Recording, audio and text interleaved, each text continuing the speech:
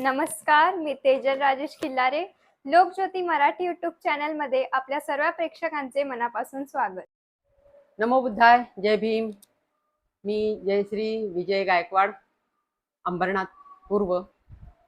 धम्मचक्र प्रवर्तन अर्थातच अशोका विजयादशमीच्या समस्त बौद्ध बांधवांना माझ्या हार्दिक हार्दिक शुभेच्छा. आपणा सर्वांना माहीतच आहे की 13 ऑक्टोबर 1935 रोजी बाबासाहेबांनी येवला येथे एक घोषणा केली होती, सिंहगर्जना, की मी हिंदू धर्मामध्ये जन्मलो तरी मरताना मात्र मी हिंदू धर्मात मरणार नाही, तर मी धर्मांतर करणार आहे. अशी घोषणा केल्यानंतर संपूर्ण भारतात चिंतेचं वातावरण निर्माण झालं की धर्मांतर करणार म्हणजे कोणत्या धर्मात बाबासाहेब प्रवेश करणार आहे. आणि मग जवळजवळ 20 वर्ष बाबासाहेबांनी सर्व धर्मांचा अभ्यास केला. याही पाठीमागे एक पार्श्वभूमी अशी आहे की शतकानुशतके युगानुयुगे जी अस्पृश्यांना गुलामगिरीची वागणूक दिली जात होती, माणसासारखी माणसं असून सुद्धा त्यांना माणसासारखं वागवलं जात नव्हतं. ह्यासाठी बाबासाहेबांनी लहानपणापासून जे अस्पृश्यतेचे चटके सहन केलेले होते आणि शिक्षण घेऊन सुद्धा त्यांना माणुसकीचं दर्शन अजिबात लाभलेलं नव्हतं. आणि मग मी एवढा शिकून सवरून मोठा झालो तरी मला अस्पृश्यता सहन करावी लागते. मग माझी ही 7 कोटी जनता आहे, ह्यांचं कसं होईल, ह्यांना कसं माणसात आणता येईल, हाच विचार बाबासाहेबांच्या मनामध्ये सतत येत होता. आणि म्हणून त्यांनी पहिला लढा, अर्थातच आपल्याला माहिती आहे की महाडचा धर्मसंगर केलेला आहे पाण्यासाठी. एक क्षुल्लक पाणी जे कुत्र्या मांजरांना सुद्धा पिता येतं, पण माणसासारखा माणूस असून सुद्धा त्यांना पिता येत नाही, म्हणून तो संघर्ष केला त्यांनी, पाणी सत्याग्रह. आम्हाला माणसासारखं वागवण्यासाठी, तुमच्यात घेण्यासाठी त्यांनी नाशिकचा काळाराम मंदिर सत्याग्रह केला की मंदिरामध्ये प्रवेश त्यांना अस्पृश्यांना द्यावा. परंतु तोही त्यांचा प्रयत्न मनुवाद्यांनी हाणून पाडला आणि तिथेही त्यांना 4 महिने ते दरवाजे बंदच राहिले नाशिक काळारामाचे. आणि हे सर्व समस्त जनतेला कळावं की मी तुमच्यासाठी प्रयत्न करतोय माणसासारखं माणूस म्हणून जगण्यासाठी, परंतु आपल्याला काही ते समानतेची वागणूक देत नाहीये. आणि म्हणून मग जो धर्म आपल्याला लांब ठेवतोय, जो धर्माचा आपल्याला विटाळ होतोय, त्यांना विटाळ होतोय, तर मग त्या धर्मात राहायचंच कशाला. आणि म्हणून ह्या भारतामध्ये जन्मलेला बुद्ध, त्याच्यानंतर भारतातच बुद्धाची जी कामगिरी, खूप मोठी कामगिरी, खरं म्हणजे भारतातच बुद्धाचा जन्म झालाय, भारतानेच बुद्ध धम्म इथे बुद्धाने धर्म दिलाय, तरीही त्या बुद्धांना काही दिवसांनी ग्लानी आल्यानंतर पूर्णपणे नष्ट केलेलं होतं. आणि तोच धर्म बाबासाहेबांनी घेण्याचं ठरवलं.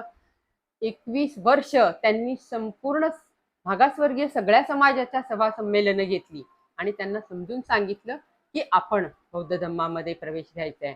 परंतु काहींना समजलं, ते बाबासाहेबांच्या सोबत आले, पण काहींनी मात्र जुन्या रूढी, अंधश्रद्धा, परंपरेलाच त्या धम्माला धरून राहिले. आणि मग बाबासाहेबांनी 14 ऑक्टोबर 1956 एक महान कार्य, एकही रक्ताचा थेंब न सांडता फार मोठी क्रांती केली आणि आपणा अस्पृश्य बांधवांना बौद्ध धम्माची दीक्षा दिली.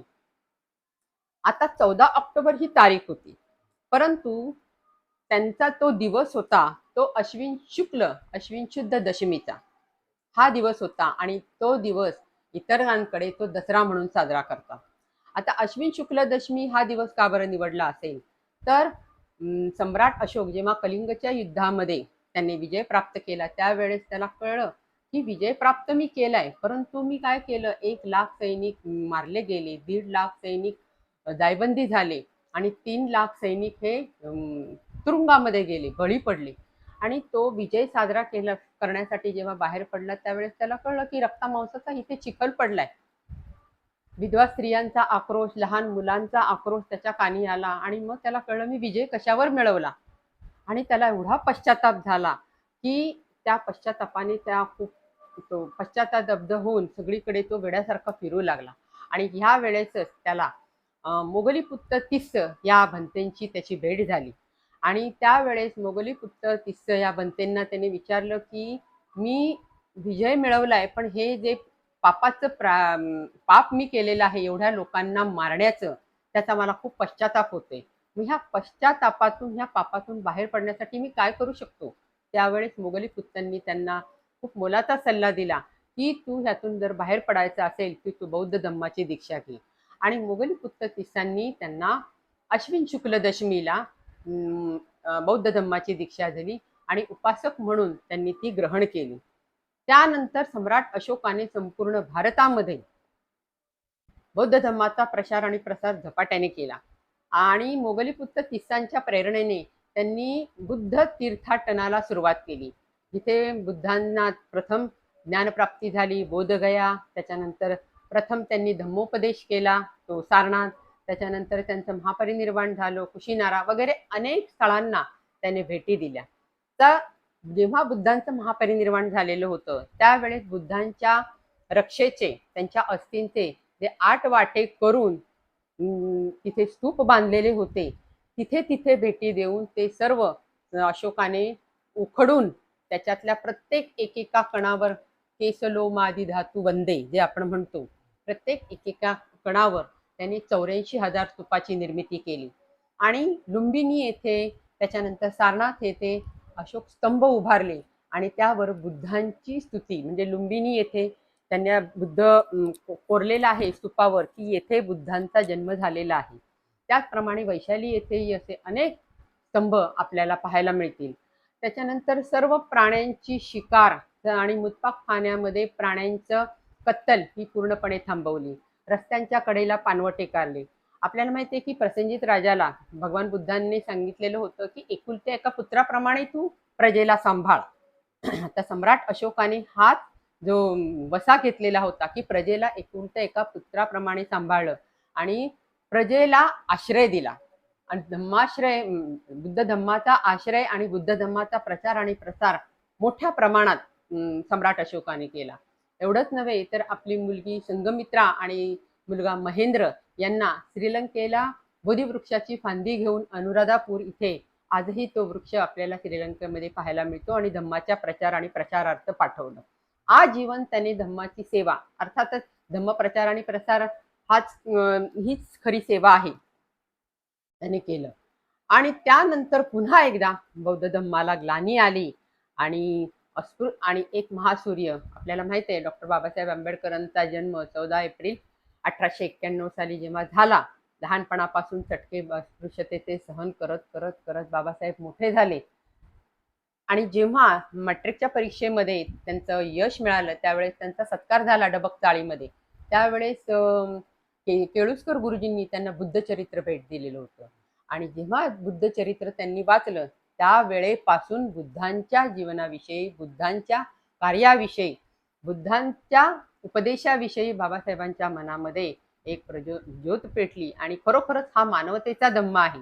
माणसाने माणसाला माणसासारखं वागवण्याचा जो धम्म आहे तो मागे सारून एका माणसाच्या जातीला खाली ठेवलं जातं आणि विशिष्ट माणसांना समाजामध्ये मोठं स्थान दिलं जातं. ही जी दरी आहे, विषमतेची दरी, हा जो विषमतेचा धम्म आहे त्यांचा पूर्ण पाडाव करण्याचं ठरवलं आणि त्याप्रमाणे त्यांचं कार्य शिक्षण घेतल्यानंतर सुरू झालं. सुरुवातीला त्यांची काही दिवस त्यांचे परदेशात शिक्षणासाठी गेले. प्रदेशात अमाप शिक्षण म्हणजे BA, MA, PhD, DSc, LLD, DLiT, bar at law अशा असंख्य पदव्या धारण करून जेव्हा बाबासाहेब भारतामध्ये पुन्हा एकदा समाजकार्यासाठी त्यांनी झोकून दिलं, त्यासाठी आपल्या पूर्ण कुटुंबाकडे पूर्ण दुर्लक्ष केलं. आपल्याला माहित आहे की दादासाहेब गायकवाडांना पत्र लिहून बाबासाहेब असं म्हणतात की 4 मुलं मातीत गाडून आम्ही नवरा बायकोनी संसार केला. आणि ह्याही परिस्थितीत त्यांनी आपल्या समाजाची त्यांना कावळी, आपण ह्या लोकांना महाकारुणिक का म्हणतो, तथागतांना, बाबासाहेब आंबेडकरांना हे महामानव काय आहेत, अपार करुणा. आपलं कुटुंब तर आहेच, परंतु आपला जो समाज आहे, जो दारिद्र्यामध्ये खितपत पडलेला आहे, त्यांच्यासाठी त्यांना माणसात आणण्यासाठी बाबासाहेबांनी प्रयत्न केला. आणि मग तो दिवस 14 ऑक्टोबर 1956ला बाबासाहेबांनी बौद्ध धम्माची दीक्षा, लाखो लोकांना बौद्ध धम्माची दीक्षा दिली. आणि ह्यासाठी त्यांनी नागपूर हे स्थान निवडलं. अर्थातच बौद्धजन समितीचे जे सर्वे सर्वा होते वामनराव गोडबोले यांनी आणि त्यांच्या सहकाऱ्यांनी नागपूर हे स्थान अतिशय मुख्य आहे असं सांगितलं, कारण नागपूर हे भारताच्या मध्यस्थानी येतं. त्यामुळे भारतातून चारही बाजूंनी प्रवास करण्यासाठी आणि तिथे येण्यासाठी सोपं पडेल. त्याशिवाय नागपूर येथे बौद्धांची अर्थात महारांची संख्या, त्या काळच्या महारांची, अस्पृश्यांची संख्या खूप मोठी होती. सुरुवातीला ठरलेलं की मुंबईमध्ये कार्यक्रम घ्यायचा, परंतु जेव्हा वामनराव गोडबोलेंनी जागा निश्चित केली, माता कचेरी जवळील वॅक्सिन इन्स्टिट्यूटची जागा निश्चित केली, 14 एकर जागा, त्या जागेमध्ये कार्यक्रम करण्याचं ज्यावेळेस ठरवलं त्यावेळेस बाबासाहेबांना पत्र लिहून त्यांनी कळवलं आणि बाबासाहेबांनी होकार दिला. वामनराव गोडबोले आणि सहकारी संपूर्ण त्या कामाला लागले.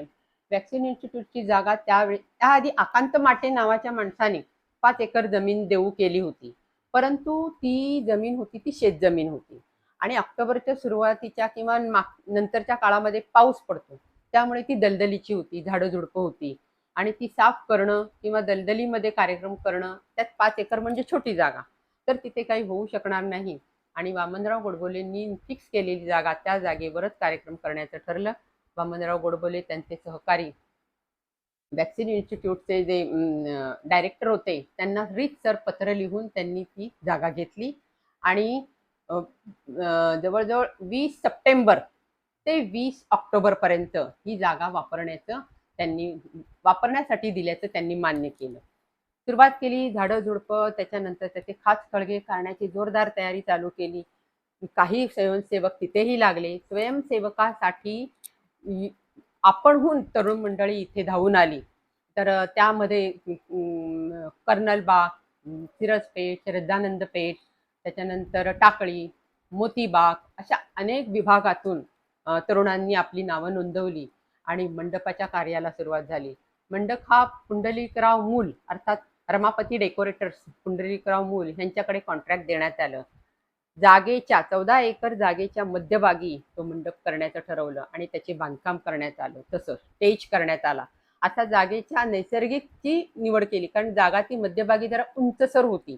बरोबर मध्यभागी तो मंडप त्यांनी बांधण्यास सुरुवात केली.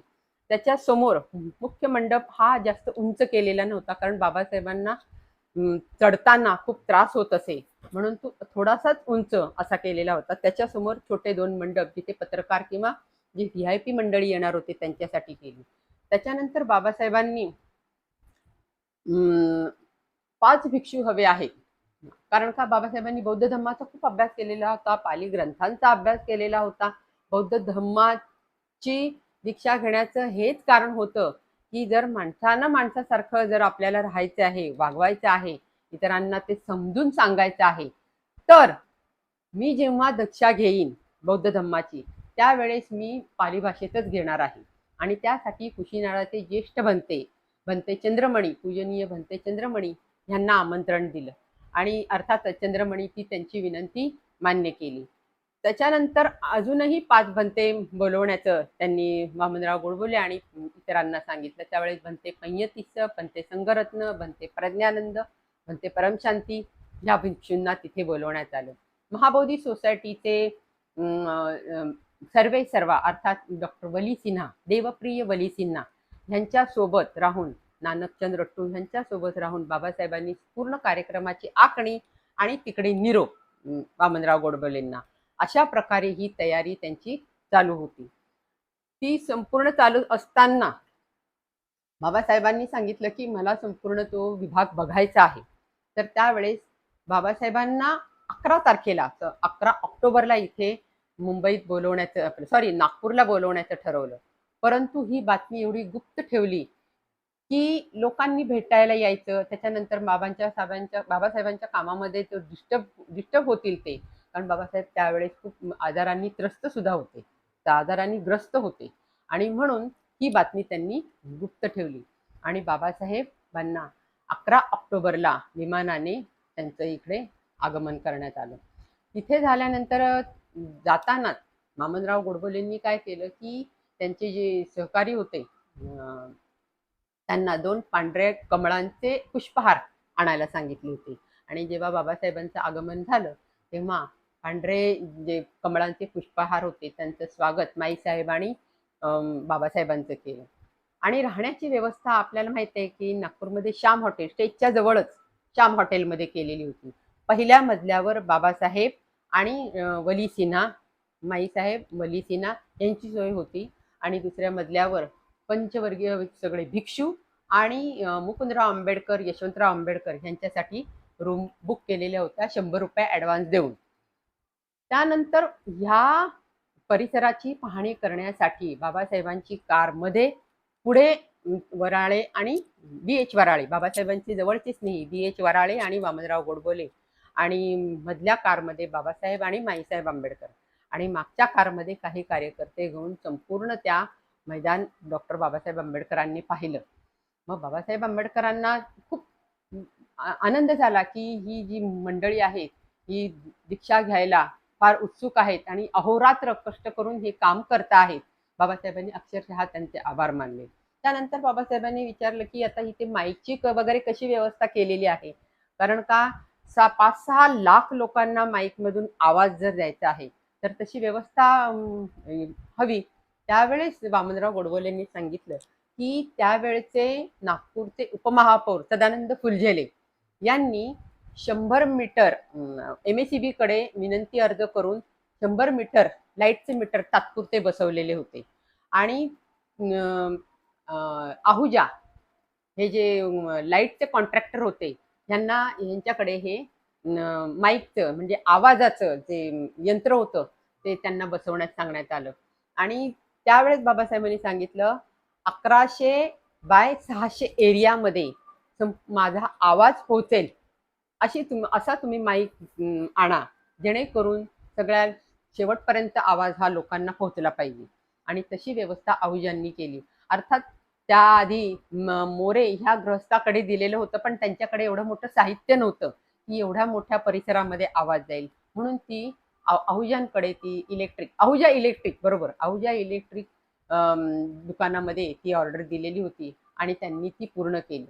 बसण्याची व्यवस्था मध्ये मध्ये ब्लॉक केलेले होते. एका बाजूला स्त्रिया एका बाजूला पुरुष आणि मध्ये मध्ये चौकोनी ब्लॉक सोडले होते. जर कोणाला बाहेर जायचे असेल तर मोकळ्या जागेतून तो जाऊ शकतो किंवा काही एखादा वन्य प्राणी वगैरे छोटा सरपटणारा आला असेल तरी त्याला तो जायला जागा मोकळी होऊ शकते. आणि झालं असंही ऐकिवात आहे. तर अशा प्रकारे पूर्ण व्यवस्था झाल्यानंतर बाबासाहेबांनी बौद्ध धम्मा परंपरेप्रमाणे त्या जागेचं भूमिपूजन करण्याचं ठरवलं आणि सकाळी 8 वाजता 12 तारखेला सकाळी 8 वाजता त्यांनी भूमिपूजन केलं. अर्थात लक्ष्मण जगूजी कवाडे हे प्रथम बौद्ध दीक्षित नागपुरातले त्यांना बोलवलं आणि त्यांच्या हस्ते त्यांनी बोधिवृक्षाची फांदी तिथे लावली आणि बौद्ध भिक्षूंच्या वंदनेने तिथे त्यांनी पूजा केली म्हणजे भूमिपूजन केलं त्या जागेचं. त्यावेळेस बाजूने भवानी शंकर नियोगी हे त्यांची कार जात असताना त्यांना कळलं की बाबासाहेब इथे आलेले आहेत. त्यांनी तिथे येऊन बाबासाहेबांना विचारलं की आपण जे कार्य करताय त्यांना माझ्या शुभेच्छा आणि तुम्हाला जर काही मदत हवी असेल तरीही मी ती देऊ शकतो. आणि झालं काय की त्यावेळेस नेमकं की स्टेजवर चेअर आणि सोफा चांगला सोफा आणि चेअर या देण्याची व्यवस्था भवानी शंकर नियोगी यांनी केली आणि ते काम एकदम सफल झालं. त्याच्यानंतर बाबासाहेबांना आठवलं की जो माझा स्टेजवर जिथे मी बोलणार आहे जो माईकची व्यवस्था आहुजांनी केलेली आहे ती व्यवस्था बघितली. अर्थातच वामनराव गोडबोलेंनी इतकी उत्कृष्ट व्यवस्था केलेली होती की पुलपीठ त्याला डायस असं म्हणतात आणि त्याला लोखंडी पत्रा लावलेला होता. बाबासाहेबांच्या जीवाची सुरक्षितता इथे एवढी पाळली होती. बुलेट प्रूफ आता जसे पंतप्रधान बुलेट प्रूफ काचमधून बोलत असतात की नाही त्यावेळेस तो लोखंडी पत्रा लावून जेणेकरून बाबासाहेबांना कुठलाही धोका होता कामा नये आणि तिथून बाबासाहेब बोलता येतील. आणि ह्याची जबाबदारी सोहन सिंग नावाच्या शीख सुताराने घेतलेली होती आणि या सोहन सिंगने हे काम अतिशय चांगल्या प्रकारे केलेलं होतं पुलपीठचं म्हणजे डायसचं. ही सगळी व्यवस्था पाहत पाहत बाबासाहेबांनी एकदम खुश झाले आणि अर्थातच मग KV उमरे या स्वयंसेवकांची मोठी तुकडीच तयार केली.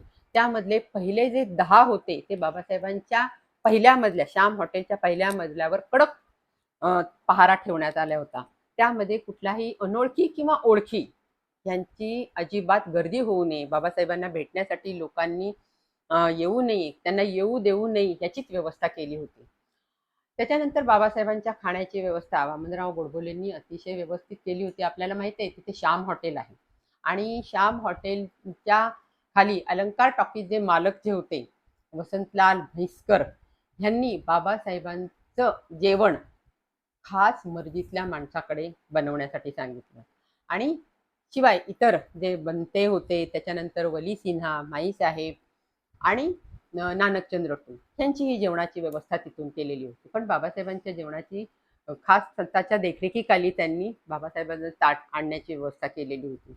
खूप बाबासाहेबांना जपलं कार्यकर्त्यांनी, कारण का एवढं मोठं महान कार्य जे करणार होते बाबासाहेब त्यासाठीच. आणि बाबासाहेबांनी रात्री सर्व बनतेंची मिटिंग घेतली आणि त्यावेळेस मिटिंग घेतली आणि म्हणाले मी संघाला शरण जाणार नाहीये. सगळा संघ, भिक्षू संघ खूप टेन्शनमध्ये आले. का बरं? त्यावेळेस वामनराव गोडबोले म्हणाले की का असं तुम्ही बाबासाहेब म्हणताय की उद्या तर बौद्ध परंपरेनुसार तर संघाची दीक्षा म्हटलंच पाहिजे. नाही नाही, बाबासाहेब म्हणाले मी बुद्धं शरणं म्हणेन, धम्मं शरणं म्हणेन, पण संघं शरणं म्हणणार नाही. त्यावेळेस भिक्षू संघ टेन्शनमध्ये आला, परंतु मध्येच वामनराव गोडबोले यांनी म्हणाले की बाबासाहेब मी जरा बोलू का? अर्थात सुरुवातीला बाबासाहेबांनी त्यांना हटकलं, तुझं बोलायचं काम नाहीये, मला बनतेंकडून मला अपेक्षित आहे. परंतु कदाचित बनतेंना खूप टेन्शनमध्ये आल्यामुळे बोलले नसतील. परंतु वामनराव गोडबोलेंनी सांगितलं तुम्ही चंद्रमणींच्या संघाला शरण जाणार नाहीये, तर तुम्ही बुद्धांनी त्या काळात अश्विन पौर्णिमेला जी संघाची निर्मिती केली होती, शोतापत्ती अवस्था, सकृदागामी, अनागामी आणि अरहंत, आणि ह्या मार्गावर असणारे अशा 8 पदांवर असणारे जे अरहंत बनते आहेत भगवान बुद्धांच्या काळातले, त्या संघाला तुम्ही शरण जाणार आहात. मग बाबासाहेब म्हणाले हेच मला बनतेंकडून आवश्यक होतं, नुसत्या चिवरला मी जाणार नाहीये शरण. तर भगवान बुद्धांच्या संघाला जे 4 पदांवर 8 तुकड्यांमध्ये जो संघ आहे त्याच्या मार्गावर चालणारा जो आहे त्यालाच मी शरण जाणार आहे. आणि अर्थातच 14 ऑक्टोबर 1956चा दिवस उजाडला. बाबासाहेबांनी स्वतः प्रथम दीक्षा घेतली चंद्रमणी बनतेंकडून. आणि एक थोडंसं सांगायचं माझं राहिलं ते म्हणजे मूर्तीची व्यवस्था केली. आपल्याला माहिती आहे की जवळच एक संग्रहालय होतं आणि ते संग्रहालयावर केसकर बंधूंना त्यांनी फोन केला बाबासाहेबांनी आणि तिथे मूर्तीची स्थापना केली, मूर्ती आणण्याची व्यवस्था केली. आणि त्यावेळेस मूर्ती आणि 2 सिंहस्तंभ शीर्ष याची पाठवणी त्यांनी केली आणि ती स्टेजवर ठेवण्यात आलेली होती. त्याला रात्रभर पोलीस लाईनीतून त्यांनी जो पट्टा साफ करतात ती ब्रासो पावडर असते ना, ते आणून कार्यकर्त्यांनी साफ करून चकाचक करून स्टेजवर ठेवलेली होती. बाबासाहेबांनी स्वतः धम्मदीक्षा घेतली आणि नंतर सगळ्यांना म्हटले की कोण कोण माझ्याबरोबर धम्मदीक्षा घेणार आहे. त्यावेळी 5-6 लाख लोकांनी होकार दिला आणि बाबासाहेब माईक जवळ गेले. आता त्यांना माहित होतं की मी पाली भाषेतून दीक्षा घेतली, पण त्या काळचा जो समाज होता तो अशिक्षित होता, त्यांना पाली भाषा काय समजणार आहे. आणि म्हणून त्यांनी 22 प्रतिज्ञा त्यावेळेस केल्या आणि ह्या 22 प्रतिज्ञामध्ये बौद्ध झाल्यावर काय करायचं हे लोकांना कळायला हवं. मग ह्या 22 प्रतिज्ञापैकी पहिल्या 6 ज्या आहेत ह्यांना पूर्ण नाकारायचंय. तुम्हाला बौद्ध झाल्यानंतर पहिल्या 6 तुम्हाला पूर्ण नाकारायचंय. नंतर बाबासाहेबांनी पंचशील सांगितले. नंतर बाबासाहेबांनी काय सांगितले की इथं परमी बुद्धाच्या शिकवणीप्रमाणे वागेन आणि माझा नवा जन्म झाला आहे असे मला वाटतं बौद्ध धम्म घेतल्यानंतर. ह्या प्रतिज्ञा त्यांनी समोरच्या लोकांना दिल्या. एक साथ 5-6 लाख लोक त्यांनी धम्मदीक्षा घेतली आणि माणूस म्हणून जगण्याचा हक्क बाबासाहेबांनी कुठल्याही रक्ताचा थेंब न सांडता ही क्रांती केलेली आहे. आणि त्यावेळेस बाबासाहेब असं म्हणाले होते की जर मी पाली भाषेतून घेतली असती दीक्षा, इतरांना दिली असती, त्यांना काही कळत नसतं आणि मग बौद्ध विहारामध्ये न जाणो पुन्हा एकदा एखादी पिंड आणून बसून त्याची पूजा आरती वगैरे सुरू झाली असती. आणि म्हणून बौद्ध झाल्यानंतर आपल्याला काय करायला हवं, यासाठी 22 प्रतिज्ञा ग्रहण करणं अतिशय महत्वाचं आहे. आणि 22 प्रतिज्ञा शेवटचं जे वाक्य म्हटलंय की माझा नवा जन्म झालाय, त्याची लिंक कुठे लागते? जेव्हा त्यांनी सिंहगर्जना केली होती की माझा जन्म जरी हिंदू धर्मात झाला तरी मी मरणार नाही, म्हणजे बौद्ध धम्म करून धम्मात माझा नवा जन्म झाला आहे असं म्हटलेलं आहे. तर अशा प्रकारे बाबासाहेबांनी इथे जन्मलेल्या, इथे कर्म केलेल्या समानतेच्या, समतेच्या बुद्धांचा धम्म आम्हाला दिलेला आहे. आणि माणसानं माणसाला माणसाशी कसं वागावं हे शिकवले, ते आम्ही आत्मसात केलं. आमची उत्तरोत्तर प्रगती झाली. घटना लिहिताना अर्थातच लोकशाही प्रणित, त्यामध्ये समता, स्वातंत्र्य, बंधुता ही बुद्धांचीच तत्व. त्याच्यानंतर सत्यमेव जयते हे बुद्ध ब्रीदवाक्य. त्याच्यानंतर भारतीय राष्ट्रध्वजामध्ये अशोक चक्रांकित बहुजन हिताय हे ब्रीदवाक्य त्यांनी लोकसभेवर आणलं आणि संपूर्ण भारत बौद्धमय करीन असा जो बाबासाहेबांनी त्यावेळेस पण केलेला होता, तो त्यांनी पूर्ण केला.